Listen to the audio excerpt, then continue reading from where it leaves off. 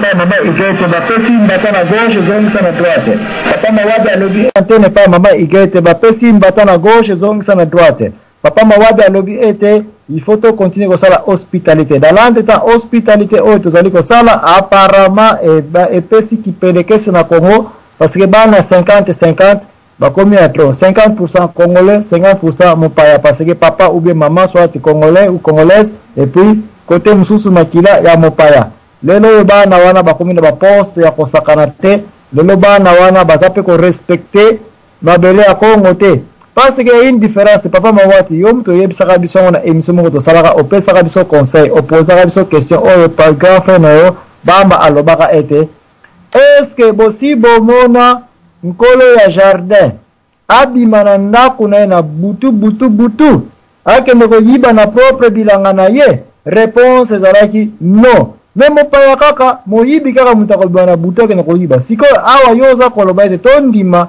ki hospitalité to bosa na makambo ya bapaya bakoti ne bapaya ngo na tango to sanga na bango to monete bango bazali prima leke kindolo mama Igete na personne antenne parce que c'est moi qui vois depuis kala kuna.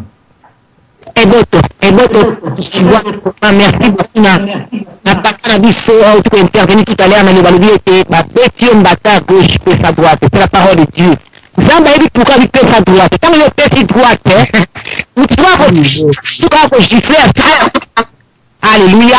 Donc comme je pas na télé c'est le biso kuna ndela technique to vraiment qui to ko solo. Likambo ke ba beti gauche pe sa droite va jeter. Quand on fait sa droite, motako pia kola sase kwanza. Yako la pesa ndia. Droite ya flashio. Tikela mfano. Dipesa iko moto kolenda. Ndeko tambo kanga micro ta micro na pause ndeko koblo out. Micro kitoko solo kotea. Porque tibiki na mfano kwa sauver.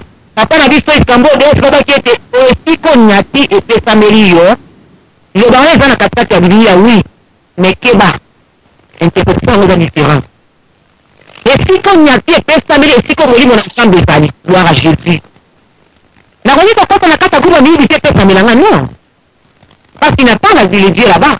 Il faut pestamé là, comme attends, tu fais ton ensemble. Non, parce que les séances dans les lignes sont à Bakama là-bas. La fois qu'on dit que nous avons pas passé à Kindumba, c'est que pestamé là, il était. Comme il dit, fouillez, les man, fouillez, qui m'a, ils sont. Projet bona enyati pesameli na nyote mosai na nzambe sipo matambele onyata avec pesa loko tindika parole de Dieu soki la boni pufula makolo bima wana pesameli ngai sote mais ça dit que vous y mettre ndimi oro bi pesameli ngai explication ya likambo ke siko nyati pesameli yo sina yango yangwana tango na kote pe basa ndio la zana liko pia maser tika libala batu tika kindumba bala tika moyibi tika pite toka bingi na bona mama Igete na la chaîne tiki et pesa melinga na ko suivre amwana pona ko poshe mfabi te tika na makela pamba tika bata ba wenge mozika ile bona pupoli makole pesa melinga gloire à Jésus ça veut dire adage wana ke nyati pesa melio oyingoli ya muzika wana musali na nzambe oyo vili kotambo na molimo na nzambe ayokaka mingi nzambe itoyo ezali branché na nzambe ainsi dit l'Éternel. Nous sommes en train de manipuler pour la vidéo comme il est. Pourquoi? La Bible déclare l'or et argent appartient à Dieu. Il y a 1 000 euros à faire. Yo koyelanga. Uti koyiba ngo koyiba. Ngana lenga ngo kama ba basanga ni ba pesi ba tuna masumu ba post na kati ni tonga na Nzambe. Nous sommes en Nzambe keba. Otie moto pamba to moni ayaka na mbongo na esprit na Nzambe kati na yalite. Mais vous voyez mon Nzambe kwa na piaka bolingi yete otie na suka bokipaka yete. Il n'y a pas l'esprit de Dieu entre toi, dans le monde, au pays, mais ils disent d'aller manipuler, et puis ils vont faire des travaux, c'est comme ça. C'est une femme qui a un ministère, on a un ministère. Donc il fait un monde, il n'y a pas de Dieu, ça y est à côté. Si on n'a pas ça, on n'a pas de ok, il nous faut. C'est l'esprit de Dieu. L'église, c'est l'église de l'Éternel. Vous savez, l'église, non. Yango to mona basa nzambe lelo gaiki na moto basa kauka. Na hostila, ngaba hodi ni ba pourquoi ni ce qui est en bon. Et bon celui qui est chercher premièrement le royaume de Dieu. Tout temps wana kobanga nzambe nyose ko pesa mela biso. Nous sommes nzambe tiki ta tia côté, on a moni Igete ye lokola te akamalamu mais maman il est allé on m'a commencé à na zando peut-être à ma maman par rapport à quoi est-ce qu'il a l'esprit de vie entre maman et c'est ça c'est que bon ami bongo maman il est l'esprit en s'embêter il y a moi équipe pour ça que ça il n'a pas la délivrance il n'a pas mais quand il équipe zabilo abili ka ninga yake magnesu makasi baba ayeko kuta milimo mosusu na ya basi ya ndumba na mibala pite eza na kati ntonga wana il n'a pas l'esprit de Dieu keba mwana nzambe tango soki na église bondela nzambe yo moko na motema kofunga makamba te bilobiki yestalie personne kolanda mosala nzambe ya corruption te mosala nzambe masumu mosala nzambe koyena mbongo motete ya yefe mbongo ozwi yango wapo na betaki sheki bazongo me sheki oyoki ya mondela ngano ya yo te zongisa mbongo wana nakona kosa mbongo yoko amen epesa dini ozoni koliango yango mona bandaka mosala nzambe otala nzambe bana naye bazoninga azoprie nzambe abikisa bana na ye te mbongo ozoteya bana koizo eza mutu na ekobo ozali kosala nzambe abengo na ministère na ye te po mosala nzambe s'il vous plaît tozonga kati na makomi na nzambe likambo tese olympique epesameli biso lisusu te mosala nzambe ata moto ayeli ofami lero akokangama soki owuti nzela masumu banda nani kolave masumu kati na ye soki akini ofami ya gloire adiake nango nzambe akopesa plus de 4 banza kapa opelele 15 000 meka 3 000 na ye mais biso tomoni mbongo komi ochange langage oluki ya verset moko Dieu vous bénisse ma sœur pesa 3 000 wana tobondeli nzambe non ça ce n'est pas un serviteur de Dieu non tenosebi kisa molimo mutu wana pamba te bilobi esenosala likoso ki mutu moko abo abongwami bandana ni kolongola molimo moyibi kati na ye molimo ekobo bandani kochasse yango avance kepea na 3 000 euro wana epi mbongo wana tisango na mesa bondela nzambe tozosango retour osiki eutaki yo kozwango bio nzambe apambo ofer na sepelaka no mingi mais il faut yaka intercession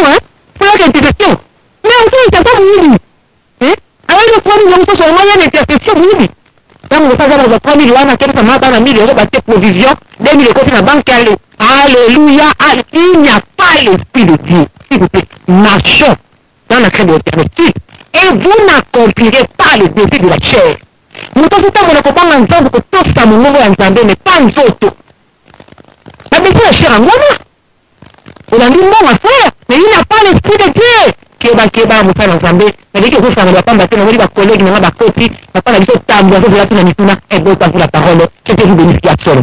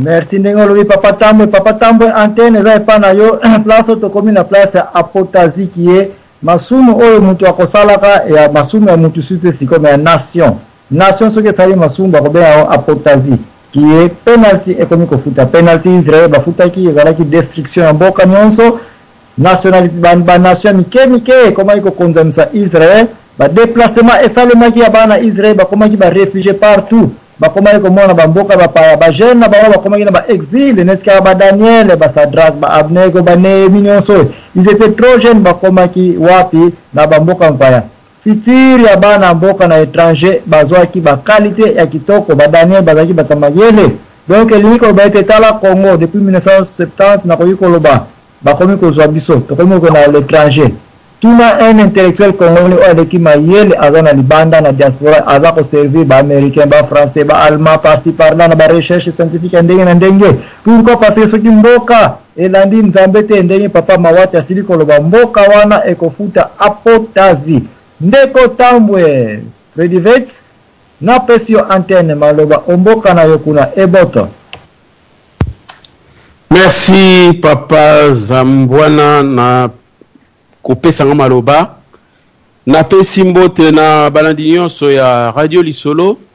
Balandi o baza siko na bandako bako yoka Radio Lisolo parce que radio ako yoka ezalaka mingi Radio Lisolo po makambo kitoko ezalakawa.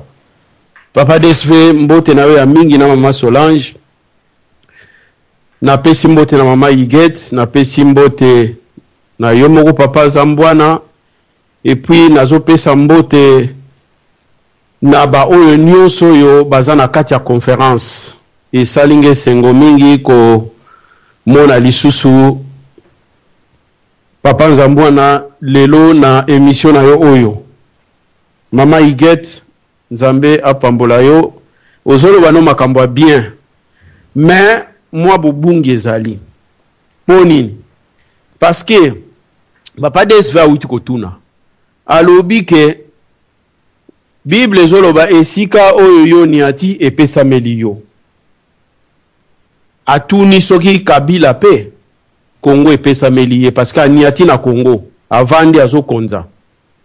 Alinko tia courante mbongo ezebele akosomba ba câble sikate akosomba ba transformateur asikate poni ni Congo za mulili po makambo elekaka bien. Bozo monango eza volonté eza bien okasi nini eza question ya volonté alingité Congo epela minda eza la clair pour ceux eza clair ba makambo na ba ba osala sala e banda ko simba te pour l'éclairage mutu mwa sala ba mabe ezate. Il faut comprendre bino okasi mbongo ezangi ya osomba ba câble na ba transformateur siko yo yebisanga ke sika Kabila niati epesa meliye. Combien de Congolais bakufi kuna na est? Combien de Congolais bakufi kana kati ya capitale wana? Combien de Congolais bakufi na ba Congo na bundudia Congo totoloba na esika oyo ba noir bavandi na ba Congo kuna ba noir boni bakufi pona makambo kaka ya bundudia Congo. Soki mutu mo wasali mabe na catholique ba oboma ete. Soki mutu mo wasali mabe na protestant ba oboma ete na musulman ba oboma ete. Mais soki salamika na bundudia Congo problème o bato bundudia Congo basali boy. Bazozwa kutu makambu ba former ba machiner ba sali machination ba boake na bundudia Congo oyo mto sali bino ba bosali. Toyebi combien de personnes ba Congolais ba kufi. Siko yo yebi sanga ike toute autorité vient de Dieu oyo lingako lobolobi angote papa Zambwana nazo zelango yebi sanga ike esiko niati epesa melio. Oh mama igeta uto expliquer. OK toute autorité esiko niati epesa melio. Il faut sokoyo mosala na Nzambe komine sika fote ya liloba. Wana zama ka mususu mama iget. Yo mosala na Nzambe okomine sika te ya liloba. Soki ba yambio sava ba yambio te pupula makolo kende. Liloba Yesu alobaki on eza kutu na rien à voir na esiko niati pesa melio. Eza na rien à voir. Wana yama ka mususu ya Ancien Testament. Alors, toko sangisa ndenge nini? Mama iget la oyebisa yo ke lelo oyo koko tambola bisika nyonso tu okokuta basali na Nzambe bako te ya liloba esiko bako te ya liloba batu bako yoka bango. Mais pourquoi batu mingi kati na bao ba yoki baboyaka?